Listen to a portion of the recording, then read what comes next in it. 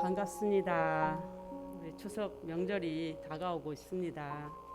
추석 명절 하면 제일 먼저 떠오르는 것은 고향을 떠나는 사람들이 고향으로 가는 기성 행렬이 먼저 생각이 납니다. 여러 이유로 고향을 떠나는 경우가 있습니다. 정상적으로 고향을 떠나는 경우도 있죠. 하지만 떠나서는 안 되는데 떠나는 경우도 있습니다. 어떤 자신의 야망을 속히 이루려고 집에 숨겨두었던 귀한 부모님의 물건 살짝 훔쳐가지고 몰래 밤에 도망가는 자식들 종종 있었어요, 예전에. 그래서 막 출세해서 폼나게 이제 고향에 돌아올 생각으로 주로 떠납니다. 근데 생각대로 성공해서 돌아오는 자식도 있지만은 대개는 그 시기가 너무 길어져서 돌아오니 뭐 부모님 안 계시더라 이런 경우도 있고, 또 생각한 대로 성공이 잘 되어지지 않아요. 그래서 돌아올 엄두를 내지 못하는 경우로 되어지고 그 고향을 끝끝내 가지 못하는 타향살이를 하고 있는 그런 사람들도 있습니다. 그럼에도 불구하고 부모님들은 이 명절이 되면 혹시나 우리 자식이 오지 않을까, 자식이 좋아하는 거 다 장만해서 기다리죠. 오늘 우리가 함께 나누실 누가복음 15장 11절에서 24절의 내용은 이 하나님을 떠난 자들을 그렇게 기다리시는 하나님의 마음을 깨닫지 못하는 어리석은 우리들의 이야기입니다. 누가복음 15장 11절에서 24절을 한 절씩 읽도록 하겠습니다. 누가복음 15장 11절에서 24절입니다. 누가복음 15장 11절에서 24절입니다. 우리 한 절씩 읽겠습니다. 제가 먼저 읽겠습니다. 또 이르되 어떤 사람에게 두 아들이 있는데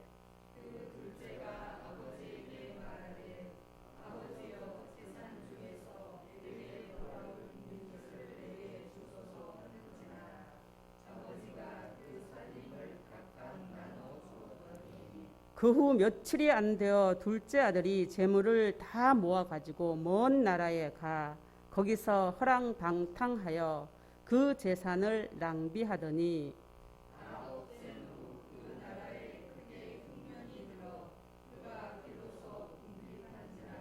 가서 그 나라 백성 중 한 사람에게 붙어 사니 그가 그를 들러 보내어 돼지를 치게 하였는데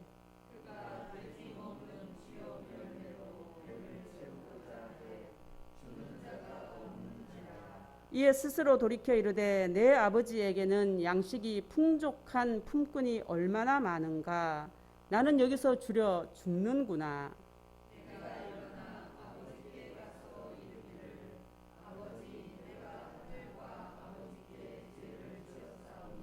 지금부터는 아버지의 아들이라 일컬음을 감당하지 못하겠나이다. 나를 품꾼의 하나로 보소서 하리라 하고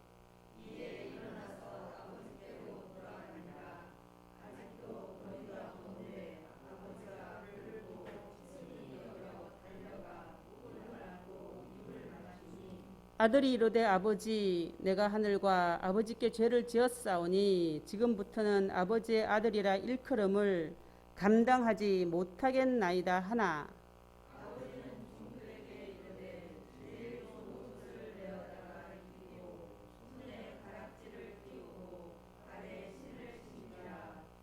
그리고 살찐 송아지를 끌어다가 잡으라. 우리가 먹고 즐기자.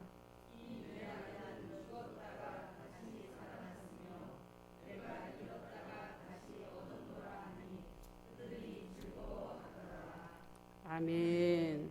오늘 우리가 함께 읽으신 누가복음 15장 11절에서 24절 내용을 가지고 아버지라는 제목으로 함께 은혜를 나누고자 합니다.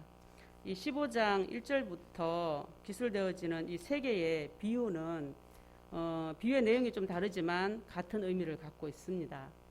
예수님께서 하늘나라의 그 은밀한 비밀을 비유로 말씀하신 내용이 참 많습니다. 이 비유라는 것은 어떤 가공의 이야기를 통해서 드러내고자 하는 진의가 있습니다. 비유라는 단어가 갖고 있는 뜻은 파라볼레라는 뜻인데 옆에 두다 이런 뜻을 갖고 있습니다. 비교 상품이죠.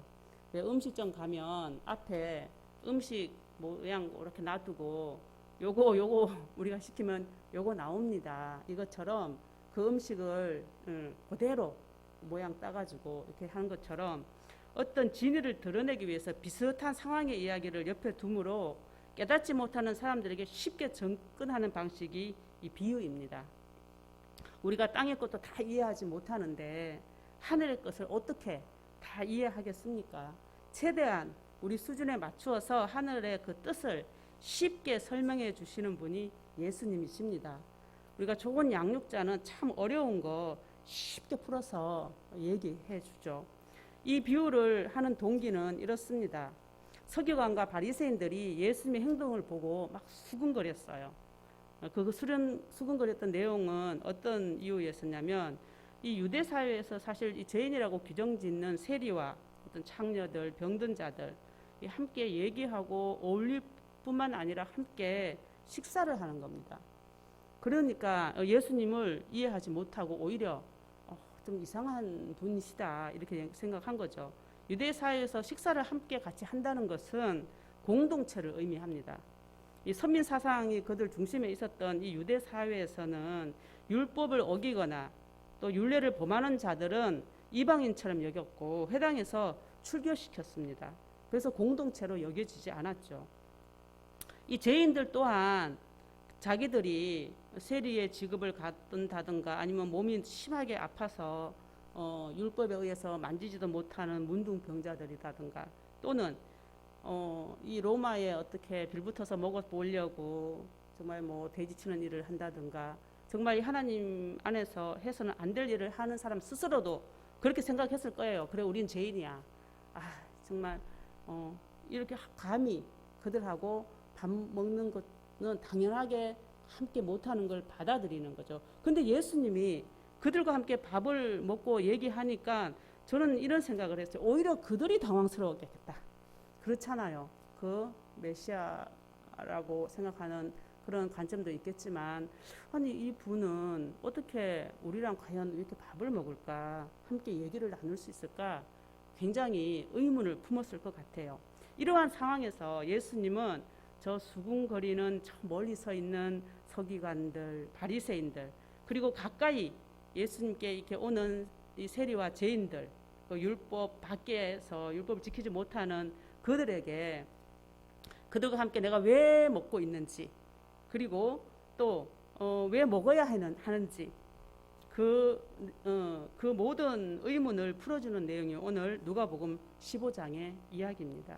제일 먼저 비유로 들어주시는 내용이 잃어버린 양에 대한 이야기입니다. 100마리 중에서 한 마리 잃어버렸어요. 100대 1입니다. 이 숫자적으로 이 의미하는 바는 아주 미미한 존재라는 뜻입니다. 어떻게 보면 그 미미한 존재가 없어도 별 문제가 없을 법한데 꼭 반드시 그걸 찾아야 하는데 이 포인트가 있습니다. 양을 잃어버린 이 내용은 마태복음에도 나와 있어요. 마태복음은 누가복음하고 좀 다른 표현을 하고 있습니다. 이 잃어버렸다, 잃다라는 뜻을 마태에서는 어떤 단어로 쓰냐면 플라나노라는 단어를 써요. 양이 스스로 지가 길을 잃어버렸어요. 막 돌아다니다가 길을 잃어버린 거야. 그 뭐 좀 굳이 책임을 묻는다면 양이 잘못한 거잖아요. 양이 자기가 막 돌아다니다가 잃어버렸으니까. 근데 이 누가복음에서는 이 단어를 잃어버렸다, 이 단어를 아폴룸이라고 써요. 이건 어떤 뜻이냐면 목동이 잃어버린 겁니다. 그래서 마치 목동이 좀 책임이 있는 것처럼 기술하고 있습니다. 그래서 책임 의식을 갖고 찾을 수밖에 없는 상황으로 좀 모사하죠. 양은 눈이 어두워서 귀로 듣는 게 발달된 그런 동물이에요. 음성에 의해서 움직이는 동물이라고 합니다. 그래서 유목민들이 양을 길들이는 방법이 있어요. 어린 양이 잃어버리면 안 되니까 그 얼마나 큰 재산입니까? 그래서 이 울타리를 넘지 않게 하고 또 이 목동 목소리를 듣게 하는데 유일한 방법이 있는데 그건 목동의 이 목소리를 잘 알아듣는 구별하는 훈련을 시키는 겁니다. 이 훈련의 방법은 이런 거예요. 어렸을 때 어린 양을 하루 종일 먹는 걸 주지 않는다고 해요.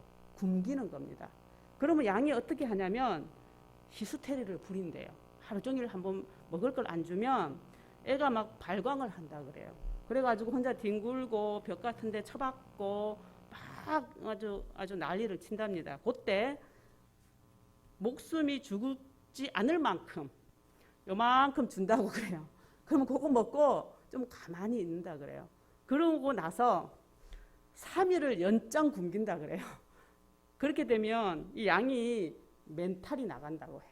그럼 멘탈이 나가면서 신경 쇠약 증상에 걸린다고 합니다. 그랬을 때 먹이를 딱 준다고 해요. 3일 굶기고. 그러면 어떤 현상이 일어나냐면 그 먹이를 준 목동의 음성을 평생 기억한다 그래요. 뭐 신기한 일이지만 그게 그렇게 하고 있답니다. 그래서 목동들이 이 넓은 초원에서 풀을 먹이잖아요. 목동들이 한둘이겠습니까? 자기 양떼리 있는데 막 섞어가지고 풀을 먹는데 해가 딱 지어가지고 부르는 거죠. 우리 양들 모여 이러면 그 목소리 듣고 각자 양한테로 다 흩어져서 가는 거예요. 너무 신기하지만 그렇게 해서 그 목동에 이끌어서 우리까지 들어온다고 합니다. 근데 이 우리까지 딱 들어와서 끝이 나면 또 양이 또 예민하대요. 환경에 굉장히 예민해서 왕이 이 살이 찌고 자라야 하는데 잘 자야 그 양의 재산적 가치가 있지 않습니까? 그러니까 푹 재워야 되는데 이 양이 워낙 예민해서 어떤 그 환경을 조성을 해줘야 된다 그래요. 첫 번째 안전해야 돼요. 그 다음에 해충이 없어야 된다고 합니다. 굉장히 깔끔하고 그런 양인 것 같아요. 그 다음에 양들끼리 갈등이 없어야 된다 그래요.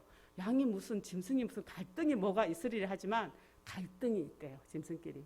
갈등이 없어야 되고 마지막으로 배가 불러야 된다고 합니다. 어떻게 보면 우리와 참 너무 똑같은 것 같아요. 안착돼서 편안하게 있으려면 이런 환경이 되어져야 된다는 거죠. 그래서 목동의 양을 잃지 않으려면 훈련시키고 지속적인 관심을 기울여야 된다는 겁니다. 근데 만약에 그 양을 찾지 않는 마음이 드는 목동이 있다면 이 훈련도 하지 않았고 자기가 잃어버린 책임의식이 없다라는 결론입니다.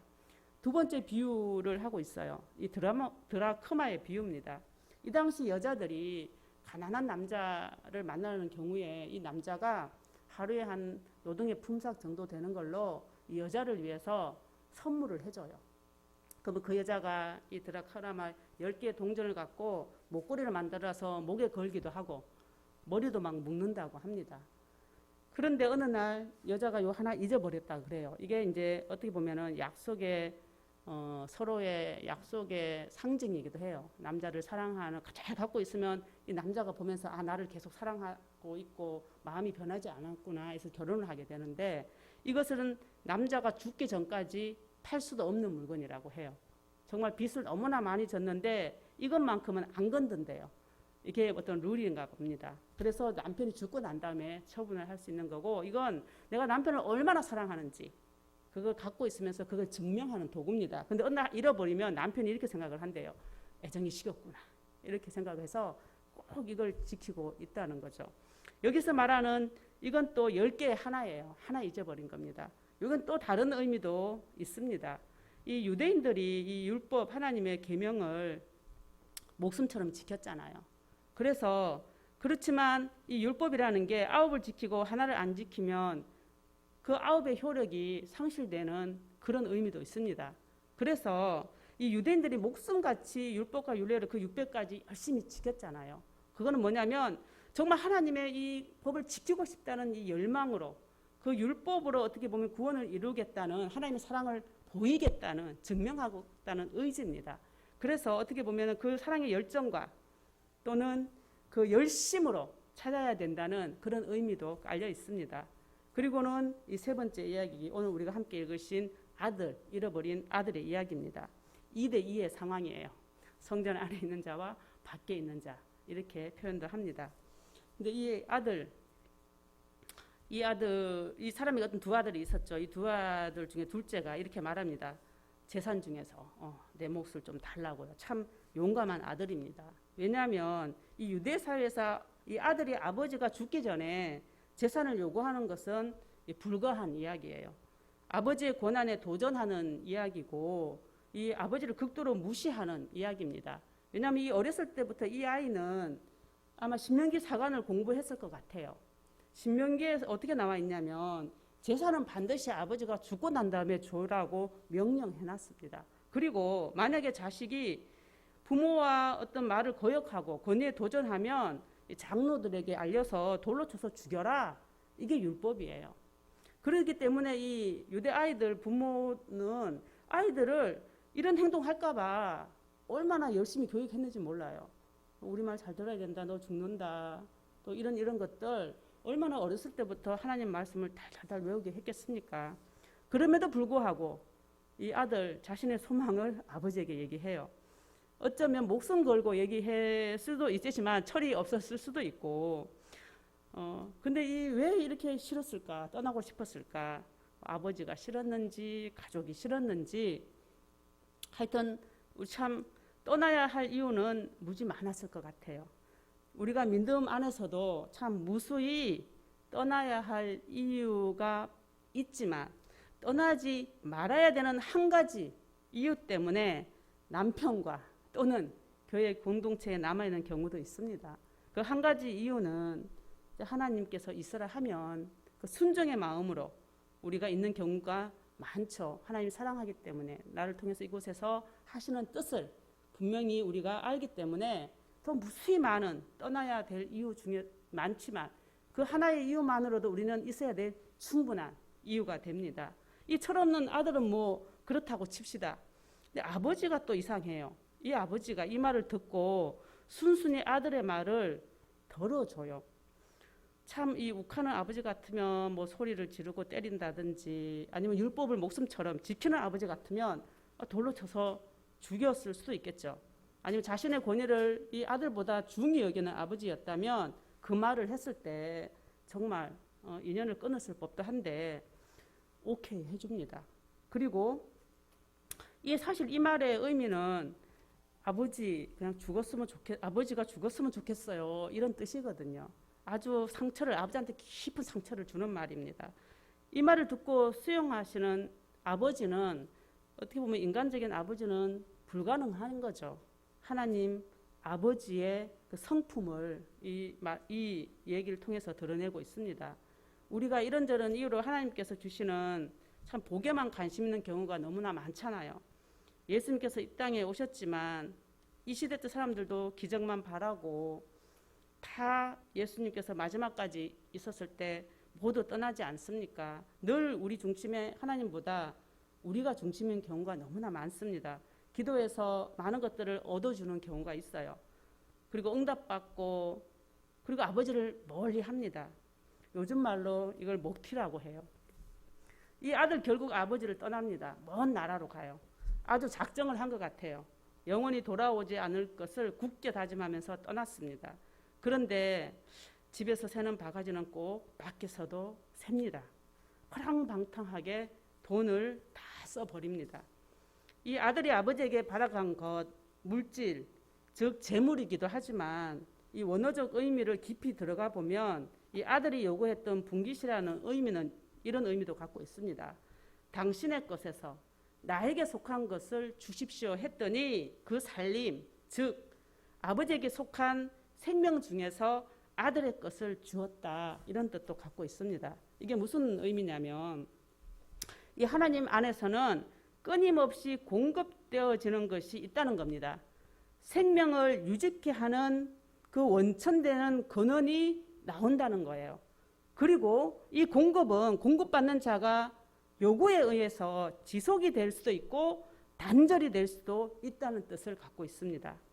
하나님의 은혜가 풍성한 분이신 걸 우리가 다 믿고 있습니다. 하나님 아버지의 풍요를 따라갈 존재는 이 땅에 없습니다. 그 품을 떠나는 순간 공급이 끊어진다는 뜻입니다. 그러면 무엇이 남겠습니까? 인간은 육체만 남습니다. 인간의 힘, 노력의 한계는 바닥이 나기 마련입니다. 아버지를 떠난 아들이 어디까지 비참하게 내려가냐면 짐승의 수준까지 내려갑니다. 돼지와 같이 돼지를 치면서 생활하죠. 유대인들은 이 만지도 말아야 되는 그 부정한 것을 만지면서 심지어 돼지가 먹는 것을 먹으려 했지만 그것도 얻지 못합니다. 짐승보다 못한 수준까지 떨어진다는 이야기입니다. 인간의 기본 욕구 중에서 하나인 이 먹음의 욕구가 참 무서운 겁니다. 이 먹음의 이 결핍은 이 지식과 어떤 고상한 품이 다 던져버릴 수도 있는 것이죠. 그 지경이 되고 보니 이 아들이 이런 고백을 합니다. 우리 아버지 참 부자였는데 종들도 배불리 먹는데 이 돌아올 이유가 이거예요. 돌아가고 싶은 이유가 참 어떻게 보면 끝까지 자기 위주예요. 아버지가 그리워서 보고 싶어서 가려고 하지 않아요. 배고파서 살려고 할 수 없이 가는 마음이 드는 겁니다. 이 두 가지 생각을 했을 것 같아요. 가면 혹시 내가 죽지 않을까? 왜? 그 동네에 이미 소문 다 났을 거 아닙니까? 이 유대 사회에 오면 걸리면 죽는 겁니다. 혹시 근데 혹시라도 살 수도 있겠구나. 아버지가 나를 좀 보호해주진 않을까? 이런 기대도 하면서 이 돌아올 마음을 먹게 되죠. 언제쯤 돌아왔을까요? 한할 때 못 갑니다. 어둑할 때나 그죠? 해 떨어질 때나 아침 일찍 동네 사람들 아무도 없을 때 가려고 했겠죠. 그래서 자신이 누구인지 알아볼 수 없는 시각을 아마 골랐을 것 같아요. 아무튼 이 아들 돌아옵니다. 거짓골로 돌아옵니다. 반성문도 하나 준비했어요. 하나님 잘못했어요. 아버지 잘못했어요. 노비 삼아주세요. 뭐 이런 내용입니다. 이 마을 입구에 딱 들어섰을 때 이 아들의 눈보다 아버지의 눈이 더 빠릅니다. 먼 거리인데 아들을 딱 발견을 해요. 매일 기다렸다는 뜻이죠. 아버지는 아들을 너무 잘 알고 있었던 것 같아요. 아들을 돈 떨어지면 온다. 이거 이제 대충 요즘 떨어졌겠구나. 그래서 아들 딱 나타나면 바로 알아봅니다. 우리보다 우리를 더 잘 아시는 분이 하나님 아버지십니다. 우리가 어떻게 하면 이 하나님을 떠났던 자들이 돌아오는지 너무 잘 아셔요. 제가 예전에 30대 중반입니다. 그때는 제가 미모를 꽉 잡고 있었어요. 추후에 제가 하나님께 어떤 하나님의 말씀 중에서 하나님 외모를 취하지 않으시고 중심을 보신다는 말에 딱 꽂혔어요. 외모를 내려놨습니다. 너무 많이 내려놓은 것 같아요. 아무튼 외모를 잡고 있었을 때 나를 좋다고 따라다닌 남자가 있었어요. 근데 이 남자는 제가 또 바라는 대로 돈이 많은 남자였습니다. 저는 재벌이 못 되면 재벌 부인이 되자 이런 신념으로 살았기 때문에 또 1년 정도 교제를 하는데 이 남자가 원하는 스타일대로 살았어요. 얼굴 가꾸고 뭐 고상한 취미도 하고. 근데 1년 딱 지났는데 이 남자가 헤어지자 그러더라고요. 너무 속상했어요. 왜냐하면 이제 나도 이제 좋아하는 마음이 딱 들어가지고 이때는 이제 돈보다도 그 남자만 내 옆에 있었으면 좋겠더라고요. 그랬는데 현재 상황에서는 절대로 그 사람이 나한테 올 것 같지도 않아. 너무 잘 나갔기 때문에. 그래서 제가 이런 생각을 했어요. 쫄딱 망하고 병도 들고 아무도 그를 좋아하지 않는 상황이 되면 내가 다 기다리고 있으면 그가 나한테로 돌아오겠다 이런 생각을 했습니다. 제가 나중에 이 하나님을 뜨겁게 만나고 그런 생각이 들더라고요. 진짜 하나님은 나를 너무 아셔서 어떻게 하면 내가 돌아오는지 너무 정확히 아셔서 나를 그렇게 이끄셨던 것 같아요. 그래서 내가 돌아올 수밖에 없는 그 상황을 다 만드셔서 돌아오게 하셨다는 것을 제가 알게 됐습니다. 이 아들이 그런 마음을 먹지만 실천으로 옮겼을 때 참 그랬을 것 같아요. 갈등도 있었을 것 같아요. 두려운 마음도 있었겠고 부끄럽고 후회스러운 이런 마음이 있었죠. 하지만 결단해서 한 발짝을 딱 내렸을 때 역사는 이루어집니다. 이 아버지가 취하는 액션이 있어요. 저기서 딱 봤는데 측은히 여깁니다. 이 측은히 여겼다는 것은 어떤 인간에 대한 동정심이에요. 사람의 동정심은 한계가 있습니다. 같이 울어주고 뭐 이런 겁니다. 마치 죽은 과부의 아들 살릴 수 없듯이 위로는 되지만 근본적인 살아나는 기적은 이룰 수 없지만 하나님의 동정하심은 우리에 대한 동정하심은 살려버리시는 겁니다. 눈물을 마르게 하시는 거예요. 그래서 이 동정하심이 바로 액션으로 이어집니다. 그 액션은 뭐냐면 달려가는 거예요. 이 유대 사회에서 남자 어린이 뛴다는 것은 불가한 행동입니다. 그런데 아버지가 막 뛰어가요. 뛰어갈 수밖에 없습니다. 이 장로들이나 이 동네 사람들 보면 그 아들 죽습니다. 어떻게 보면 살리려고 뛰어가는 겁니다. 아버지가 뛴다는 것은 자신이 이 율법을 어겨서 처벌을 받아도 아들을 기피코 살린다는 그 의지의 표현입니다. 아버지는 아들 살리는 것 외에는 관심이 없는 것 같아요. 뛰어가서 아들에게 가까이 갑니다. 그리고 목을 끌어안고 덮어버립니다. 온몸으로, 왜냐하면 다 보면 안 되니까요. 다 덮어버리죠. 온몸으로 아들을 덮어버리는 것은 율법이 그를 죽이지 못하도록 그건 용서의 큰 상징이기도 합니다. 율법을 뛰어넘는 하나님의 사랑의 표현이 이보다 절절할 수가 없습니다. 그리고 입을 맞춥니다. 좀 이런 표현 뭐 하지만 애기들 막 너무 예뻐서 그거 있잖아요. 막 뽀뽀뽀 하는 거. 이런 스타일로 그 아이를 그 입에 그 더러운 온몸에 더러웠을 것 같고 정말 그런 아이인데도 불구하고 그 아이를 맞이하는 이 기쁨을 표현하지 못하는 그 아버지 이렇게 고백합니다. 이 아들은 죽었다가 다시 살아났으며 내가 잃었다가 다시 얻었다고요. 예수님께서 이 율법의 밖에 있는 이 자들에게 이 비유를 설명했을 때 이들의 반응이 과연 어떻겠습니까? 이랬을 것 같아요. 하나님 우리를 버리지 않으셨구나. 우리를 기억하고 계시구나. 우리는 이 율법을 어겼어도 하나님의 자식 맞구나. 우리 이런 아버지 빨리 만나고 싶다. 이런 생각이 들었을 것 같아요. 이 하나님과 이 언약을 지키지 못하는 우리는 반드시 죽어야 하지만 그 외아들 독생자 아들을 온전한 율법의 완성자로 보내셔서 우리 대신 죽게 하시고 우리를 양자 삼은 그 복음의 이야기가 오늘 우리가 나눈 이 누가복음 15장의 이야기입니다. 우리가 죽었다가 다시 살아났으며 잃었다가 다시 얻은 그런 아들과 딸들이에요. 다시 얻었다는 것은 그 선포는 결코 잃어버리지 않겠다는 하나님의 의지의 표현입니다. 왜냐하면 독생자 아들과 맞바꾸어 얻은 우리이기 때문이죠. 절대 잃어버릴 수 없습니다. 그렇게 우리를 찾아내 주신 분이 우리 아버지 되시는 하나님이십니다. 하나님을 아버지라고 부르고 계십니까? 육신의 아버지의 차원을 넘어 우리를 창조하시고 우리를 사랑하시는 하나님 그 아버지를 향한 우리의 사랑의 표현을 날마다 하는 자녀 되시길 주의 이름으로 축원합니다. 세상의 이 아버지와 아들 관계는 이런 관계예요. 유치원 다닐 때 아이들이 아버지 자랑을 막 한다고 해요. 우리 아버지 힘이 세요. 우리 아버지는 모르는 게 없는 박사입니다. 우리 아버지는 참 멋있어요. 중학교 들어가면 아이들이 우리 아버지는 약합니다. 우리 아버지는 모르는 게 많아요. 아버지 좀 시시한 것 같아요. 대학교 들어가면 아버지하고 대화하지 않습니다. 아버지를 떠날 궁리만 합니다. 30대가 되면 결심한다고 합니다. 아버지처럼 살지 않겠다고 합니다. 40대가 되면 거울 속에 아버지가 서 있다고 합니다. 그렇게 닮기 싫어했던 아버지의 모습이 자신의 모습하고 똑같다고 해요. 50대가 되면 아버지 하는 말씀이 생각이 난다고 해요. 아, 그 말이 다 맞았구나. 내가 그걸 좀 들을 걸 후회를 한다고 합니다.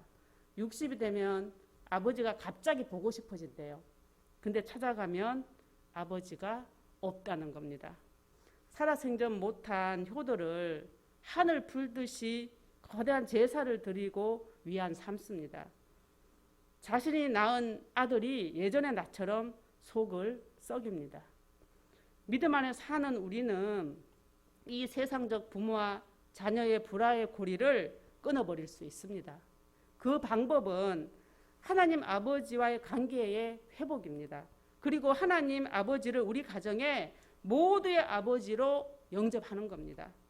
그리고 모두가 그 아버지에게 공급받으며 하나님 아버지의 뜻 가운데 서로 섬기는 것입니다. 이번 추석 연휴 동안 우리 가족 간에 하나님 아버지의 뜻대로 사랑의 실천을 하는 참 즐거운 권속들 되시길 주의 이름으로 축원합니다. 기도하겠습니다. 좋으신 하나님, 너무나 좋으신 우리 아버지 감사합니다.